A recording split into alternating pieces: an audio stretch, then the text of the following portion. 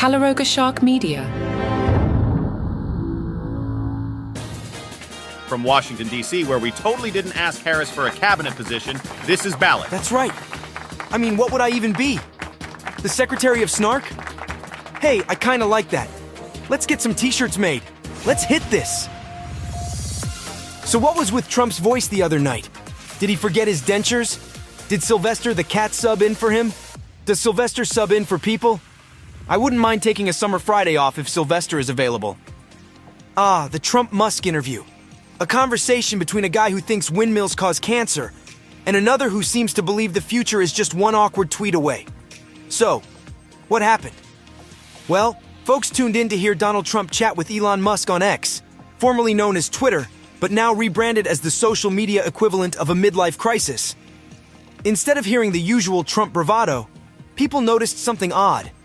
It was like Trump had suddenly developed a lisp, or maybe he was trying out a new accent, slurred Trump, like he was auditioning for a role in a Scorsese film. Naturally, when people asked what was going on, Trump's campaign responded in their usual tone of denial and gaslighting.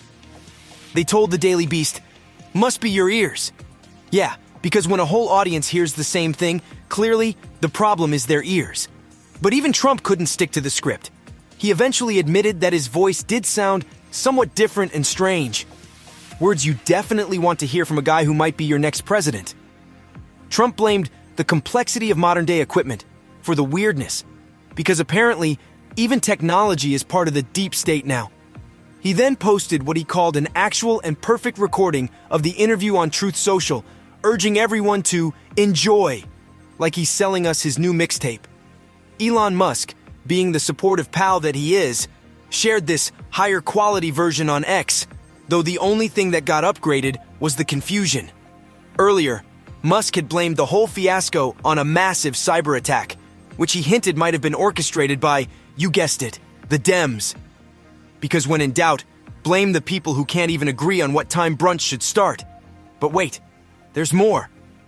Musk later backtracked, admitting that X made some unforced errors ourselves. Translation: we're not perfect, but hey, at least we're not Facebook. Let's not forget that Musk recently fully endorsed Trump, even though not too long ago, Trump called Musk a BS artist and joked that he could have made Elon drop to his knees and beg during a White House meeting. Politics. The only place where yesterday's insult is today's bromance. In the end, what did we learn from this interview? Well, nothing new, really. Trump still says strange things, Musk still has a thing for technical glitches, and when these two worlds collide, we all get to sit back, listen, and wonder. Did that just happen?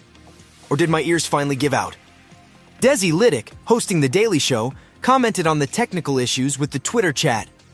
That's right. Only the deep state could make Elon Musk's website suck. Just like they're to blame for making his cars look like a DeLorean whose mom smoked during pregnancy. But if there's a deep state trying to silence Donald Trump, you suck at your job, okay? There is no one more unsilent than Donald Trump right now. Hey, deep state, look at me. Look at me. Do better. Desi also commented on Trump saying, Harris is attractive. I think we finally found the one thing Trump is incapable of lying about. If he thinks someone is hot, he'll say they're hot. He'll lie about winning an election, but he has deep respect for the sanctity of bangability. Jimmy Fallon joked, "It's nice to know the guy who's building self-driving cars and spaceships hasn't quite figured out how to broadcast a phone call." Technical issues and a 40-minute delay. On the bright side, Trump was just endorsed by Spirit Airlines. Fallon again. Ahead of the Democratic National Convention, Kamala Harris and Tim Walz are taking a bus tour together through Pennsylvania. Yeah, and this is interesting. It's the same bus that Democrats threw President Biden under. Seth Meyers joked, former Vice President Mike Pence said in a recent interview that he cannot endorse former President Trump because Trump wanted him to overturn the 2020 election, and he can't endorse Kamala Harris because that's third base, and he's married.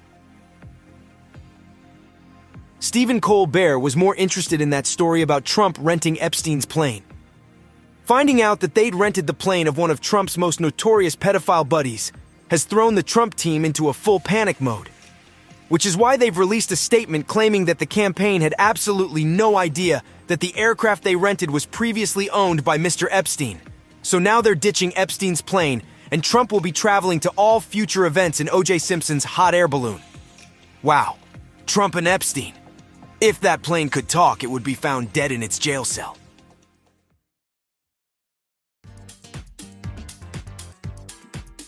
So, in the ongoing saga of what the heck is Robert F. Kennedy Jr. doing? Our favorite independent candidate has decided to audition for a role in Kamala Harris's administration. Yes, RFK Jr. actually reached out to Team Harris, asking if maybe he could get a sweet cabinet gig if he backs her campaign. Spoiler alert, Kamala's not exactly updating her resume just yet. Now imagine this scene. RFK Jr. sending a message through his people to Kamala's team like, "Hey, what if I threw my support behind you and you made me, I don't know, Secretary of Health or something?" But here's the thing. Kamala and her squad have responded with a resounding nothing. He tried the same pitch with Donald Trump not long ago. He even sat down with the guy in Milwaukee to chat about a possible role advising Trump on health issues if, he ends up winning. It's like he's playing political bingo, just trying to see which box he can check first. Kennedy's big idea is that his polling data shows both Harris and Trump could use a little RFK boost in key states. 31 of them, to be exact.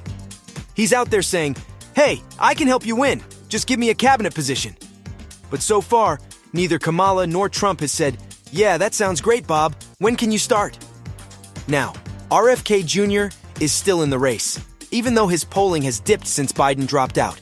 And get this, his daughter-in-law, Amaryllis, sent out an email saying, "Look, Biden can't win this. Bobby drops out and Trump wins by 2 states.